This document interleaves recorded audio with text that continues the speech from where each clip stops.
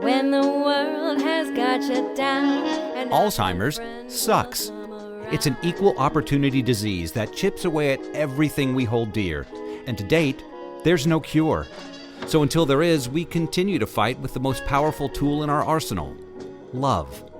This is Love Conquers Alls, a real and really positive podcast that takes a deep dive into everything Alzheimer's, the good, the bad, and everything in between. And now, here's your hosts, Susie Singer-Carter and Cassie Cruz. all you gotta do is sing a song. Good morning. Hello, I'm Susie Singer-Carter. And I'm Cassie Cruz. Welcome to Love Conquers Alls. I'm going to introduce Doreen Rivera. She experienced a life-changing automobile accident, ending her flourishing dance career. This was in 1979. Doreen transformed her debilitating event into a life-affirming experience, which is fantastic. Doreen actually is now dealing with a Bodyful mind. Let me spell I love it. So that. it's BODYFUL mind. And you can find her at thebodyfulmind.com, where seeking the value of each life experience is a lesson, the opportunity, the gift. The gift is the source of self-empowerment that creates a ripple effect of change in every aspect of your life. She has been called the Godmother of Stretch. She brought her original stretch program to Jane Fonda's workout, which included the original exercise Barré Class, and introduced Jane Fonda and the world to the idea and importance of stretching. People began to quickly understand what Doreen was always expressing. When you move muscles, you move emotion. It's that simple. That's a quote from Doreen. Her work is an inspiration for many exercise programs, videos, and books, which paved the way to the yoga movement. She taught at UCLA. She taught with Dr. Leroy Perry's International Sports Science Institute, health editor of the original Latina magazine. Doreen has made so many contributions and cutting-edge technique for teaching life-changing work through movement class, workshops, seminars, individual sessions, and her pregnancy program. Holy moly, I'm exhausted. I know. I'm exhausted. I can continue, but let me just say that the reason why we're having Doreen on this podcast with us, because not only does she have that breadth of experience, but she also has been a caregiver for her mom and dad for over 10 years. Her dad recently passed, but she continues to caregive for her mother. Her mother was diagnosed with dementia about 8 years ago, and she has been on hospice for the last 2 years. We are having Doreen share with us her story. Welcome, Doreen. Well, thank you very, very much. Susie, you said you were exhausted. My God, I was exhausted. I am too. so exhausted and I feel so unaccomplished. I really feel inferior and I don't know. You didn't tell me all this. I had no idea. I'm teasing. God bless you. God bless you. Thank you. I have indeed been blessed. My mother is now currently living with my sister in Arizona, and my sister is now taking care of her for a while. I really needed a break because it is an exhausting experience to caregive for someone who has diminishing capacities.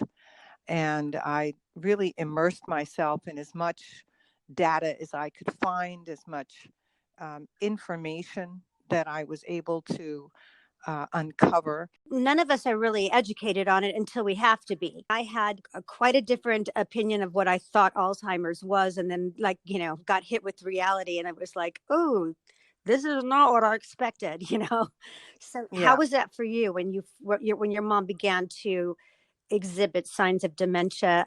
As I said, I started looking into as much homework, so to speak, as I possibly could. And I found about good fats, meaning olive oil and coconut oil or MCT oil, CBD, and organic. I shifted there. My mom was a cracker freak.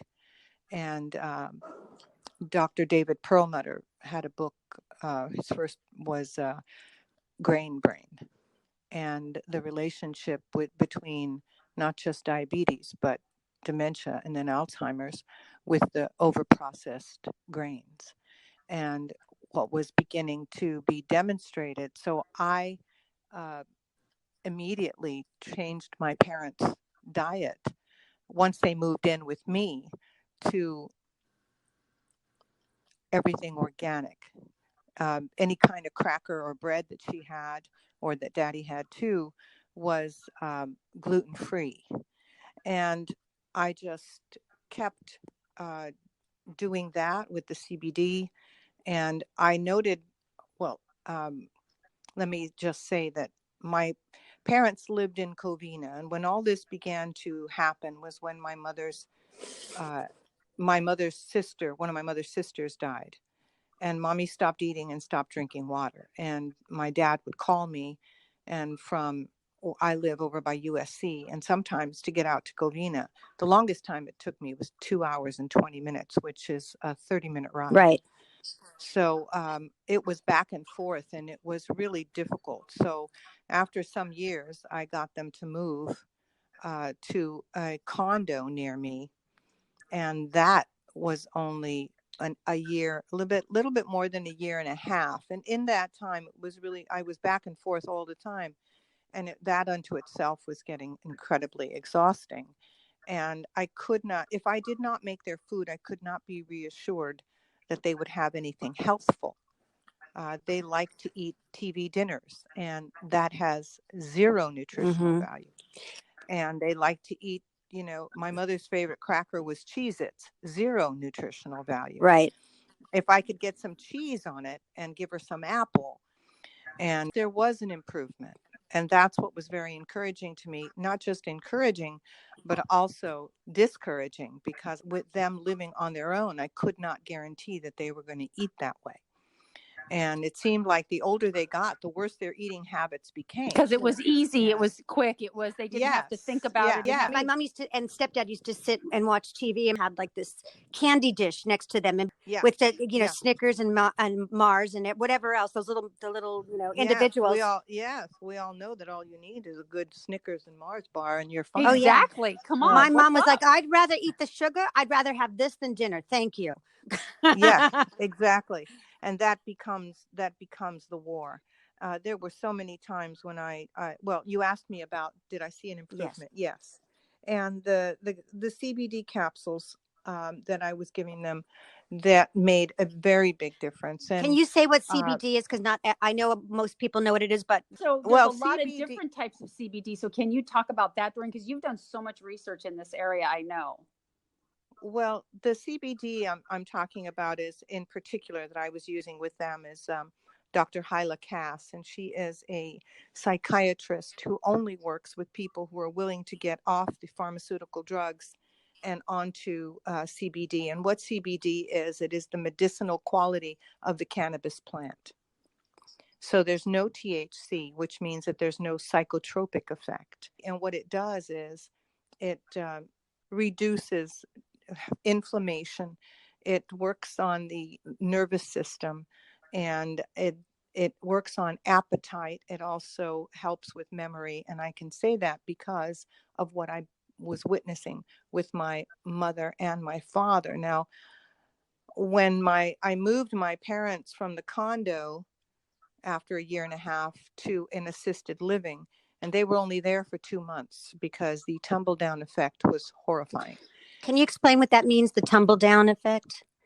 Well, the tumble down effect is what I noted when my parents, or my mother in particular, was not getting enough water, and dehydration is really one of the primary factors in what causes death. And in the 2 months that my mother was there, she became aggressive and difficult. She became she would scream at my dad. Now, my dad, he had a quintuple bypass, and he had a heart condition. And so when Mommy would scream and go after him and nobody was there, I didn't know about it. And I didn't realize how traumatizing that was for my father until my niece told me that she was getting calls in Michigan. She could hear was Grandma screaming at Daddy what a worthless person he was. Now, this is completely out of character for my mother, except if she's really distressed. That's what I was noting, is that her level of distress was becoming stronger, and what begins to grow in the gut travels to the brain, and it's like a mold, and the mold affects the brain's capacity to discern as well as memory. And so what I was watching my mother do was act out all the unaddressed feelings she had with my father, that she had, heretofore said, we forgive and we forget. And apparently cellular memory doesn't know about that, because my mom did not forget. And at every possible turn, what was happening was she was attacking my father more and more verbally. Time for a commercial. Oh yeah, let's do that first. Thank you, Cassie, for keeping us on track here. Well, we want to pay tribute to our sponsors. So absolutely, absolutely. And Susie, hold that thought. We'll be right back. Okay. As COVID-19 continues to spread throughout the country, we've all had to rethink the way we do many things, including shopping for groceries. And in an effort to stay isolated, many of us are taking advantage of grocery delivery services, including me. During this quarantine here in Los Angeles, I've been using Instacart, and let me tell you, these Instacart shoppers are braving stores for those of us who are either sick or have someone vulnerable in the family, and they are nothing less than household heroes. So if you want to try Instacart for a free delivery on your first order over $35 and to start your 14-day free trial, follow the link in the show notes to Instacart so they know that we sent you. And please, stay home and stay safe. And now back to Love Conquers Alls. You're listening to Love Conquers Alls, and we're talking to Doreen Rivera. And we were just speaking about the tumble down effect. And it's so hard on us as caregivers who aren't the primary caregiver anymore to watch that happen and to control it. Wait, let's backtrack. There's so much to talk about with you, and I want to make sure everyone understands that you have the Bodyful mind process. Can you just explain what that means? The Bodyful mind is a process of movement and breath technique that allows the individual, the breathing is what allows the person to access the unconscious. And what's stored in the cells of our body is every life experience from the beginning all the way to present moment. And we have responses or we have reactions, right? There's the law of physics. To every action, there is an equal and opposite reaction. So that goes on in the body like it goes on anywhere. And the emotional patterns that we leave unevolved and unaddressed don't go anywhere. They fester underneath the levels of consciousness. So what happens in class is that people start to do movements and exercise, and they don't realize that their left shoulder is higher than their right, or both shoulders are higher. And both shoulders are higher. You've heard the expression, the weight of the world on their shoulders, which is being responsible to people outside yourself versus being anchored in the heart, being responsible to yourself first, so that you are capable of being able to others. That's kind of a constant thread that you hear all the time, in terms of whether you're a parent, whether you're a caregiver, it's take your oxygen first. Absolutely. It's pretty hard to give somebody oxygen if you're dead. Right. Right. Exactly. But that's the point of the car. Nobody would think to put maple syrup where the oil belongs. Oh, shoot. We can't even have maple syrup anymore either. No, I'm saying in the car. Okay. I wouldn't run. But, these things every once in a while, the body can assimilate. It's what happens when that's all we are drawn to. Right. When you've only got a few minutes and you're having a sandwich, and then you have a piece of fruit, and then you have some juice, and then you have a smoothie. And the amount of sugar that is in that takes the body over what it's capable of utilizing. Okay, so it's always about finding that balance. Can we talk about pH balance as well, like acidic and alkaline? Because I know that plays a role as well, right? Yeah, anything that you do too much of is going to have an effect. Now, first of all, there has to be a baseline, what you understand your healthful condition is. Now, my parents were always, every weekend, there was dancing going on, celebrating going on. I mean, if you stub your toe, we had a party. It didn't matter. And the thing about that is that they were drinking. And when the people drink, they don't eat. So we're talking about this being established in them many, many, many years ago. And I would tell them, you're really lucky you grew up in a time where you were eating organic food. Oh, we didn't eat organic. I said, yes, you did. Everything was organic. They didn't need to say it was organic because everything was grown healthfully that in those days. But now, the soil isn't allowed to be rotated. The crops aren't allowed to be rotated, which depletes the soil, and it just goes on and on and on. So we plant food in the ground, but there's no nutrients in the soil. And often there's poisons in the soil. So so instead of nutrients, we're ingesting poison. But you see how perfect is that, Susie? Because we're growing our food in poison. And so we learn to poison ourselves. Oh, 100%. And then can we go back to one thing that you said that's very systemic in that is like, then what does our cellular memory remember in our bodies? And what do we carry with us? Because that's what your Bodyful Mind is sharing with us, right? Yes. And, the thing is that one of the primary things is nutrition. We are fed without even thinking about it, of course, when we're intrauteral. Then we come out and we have to scream for it. And if we're lucky enough, our mothers breastfed us. If we're not so fortunate, they gave us formula.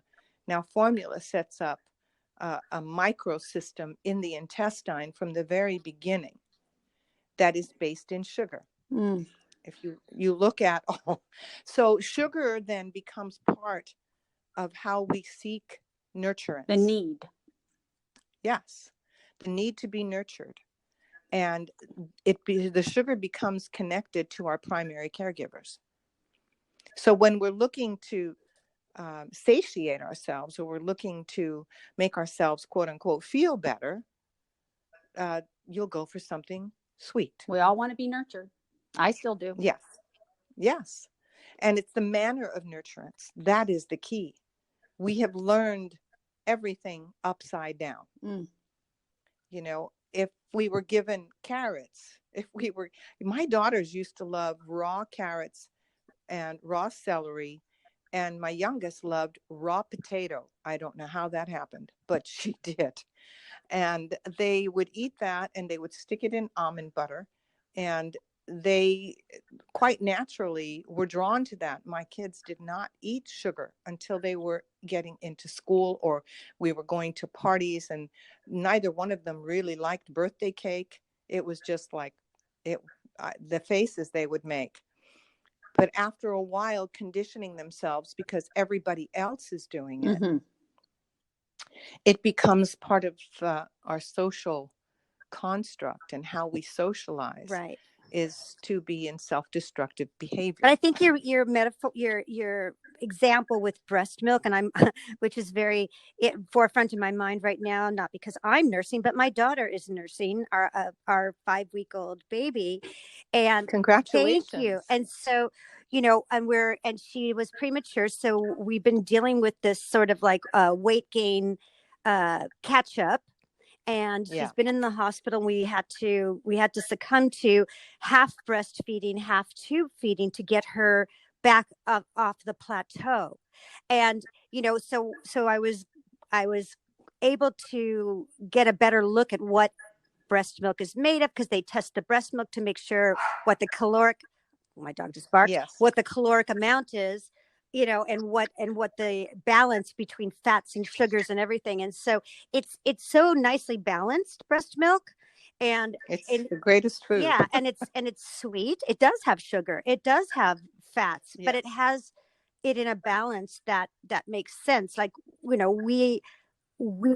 quite natural. Yeah. So I think it's not what we eat, it's how we eat it. That's true. Yeah. When I'm working with young mothers, I always have them drink coconut milk because it has all the fats, and it really does make a difference with your milk. Oh, interesting. I want to hold that thought for a second. We're going to take a quick break. Okay. You're listening to Love Conquers All.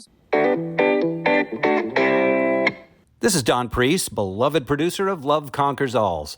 Hey, if you've been thinking about starting your own podcast, stop thinking and do it. Buzzsprout is hands down the easiest and best way to launch, promote, and track your podcast. Your show can be online and listed in all the major podcast directories like Apple Podcasts, Spotify, Google Podcasts, and more within minutes of finishing your first recording. Buzzsprout is passionate about helping you succeed. So join Love Conquers Alls and over 100,000 podcasters already using Buzzsprout to get their message out to the world. And now, back to Love Conquers Alls. We are back. You're listening to Love Conquers All with Doreen Rivera. You know, one of the things that was the most difficult was when, you know, the dynamics between mother and child become exacerbated when a parent has dementia. And any and all of the unmet emotional expressions and experiences come out. I remember my mother years ago telling me that she was jealous of my relationship with my father. Well, that came into play while she was here with my dad. That came into play, and she became very, very agitated if I would step in to assist my father. Towards the end of my dad's life, he was having a lot more heart pain, chest pains, and she would get very aggressive with me and with him. And at one point, I looked at her and I said, "Mom, you may not speak to me like that anymore." And it was something that I had wanted to say to her since I was a kid. And she just looked at me and she said, "Well, I'll speak to you any way that I like." And I said, "Well, then I will come back when my mother returns." Ah, it's beautiful. And I walked out of the room because I knew that at that moment, what I was feeling was all of the anger at the injustice, at the way I was treated as a child in certain circumstances. And those feelings come into play. They don't go anywhere. And I am grateful that I have whatever tools I have, though there's a lot of people that don't have any. Wow, that's huge. And That's huge because I don't know if you've seen my film, but my mom and the girl, and I show that side of my mother where when she lived with me, she for a year, and sometimes she would just say, you know, would like she'd be having an agitational moment, and she'd say, you know, "Well, you're a whore. Why don't you go back out on the street where you belong?" And I'd be, "What? Where is that coming from?" You know, and then I would tell her later, "You can't talk to me like that." And she would say, "What? I would never say that." And she would cry because she didn't realize that she had like these filters and maybe these subconscious like feelings of whatever it was from the past or whatever, you know, all those little things that imprint that your cognitive mind goes, "Oh, that's just silly bullshit." Yeah, no, it's not. My mother was one of 6. She only wanted time with my grandmother. That's all she ever wanted. Well, when I was born, my grandmother she was my spiritual guide. She was the one I bonded with because my mother had this virus that she had on her spine and on her hands. So when I was born, I had some of it on my hands and they said, "You can't touch her." So the one that I bonded with was my grandmother. And my mother was incensed by that. Sure. And that's all she wanted. And I remember my grandmother took care of me until I was 2. And I remember when my grandmother said to my mother, "I want you to leave Doreen with me," because she and Daddy were going to look for an apartment. This is back in New York after World War II. And my mom said, she said to my father that night, she said, and she told me this, she said, "Lou, we have to find an apartment. My mother wants to keep Doreen." So the feelings that my mom had about me and my grandmother, and the fact that my grandmother was caring for me, and that that's what she wanted. She only wanted to be with her mother. And the things that my mom would say to me, it was like being slapped back into this time frame where I was little and she was angry with me for something I did not comprehend. Wow. Something you had no control over. And that's where being a caregiver, where you have to step up so big and lean into the place where they're at the moment. You have to become so resilient. And Yes. because at this point, trying to process that on a level where your mom and you, where our mothers and ourselves, it can't, we passed that ship sailed. So we can only be the recipient of those raw emotions, and we need to process them and realize where they're coming from. They're no longer veiled. There's no more filter, and That's right. and we have to figure out how to process that and receive it in the way that makes us feel okay, not damaged. And and I think what you said to your That's easier well, said than easier done. said than done. Absolutely. Yeah. Yeah. And I think for me, my mother always balanced it with like my I know my mom adores me and always has. So whatever frustrations that would come out, in a horrible way, yeah, I felt secure that my mom loved me through and through. So I looked away. And so I knew that but it took a while. Don't get me wrong. And I'm sure people listening right now are saying, oh my God, my mom. Yeah, my mom.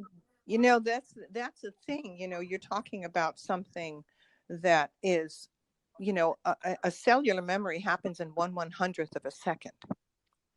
So unless you've really taught yourself how to be completely numb to life, that is something that is going to tap into the cellular relationship to what that vibrational quality is. So I had so many conversations with the nurses who would come and just say things to me like, you get so frustrated, but I don't see, I don't see you lash out at your mother. But that was because I was able to stretch. I was able to do my deep breathing. I was able to journal all of the experiences that my mother was tapping into.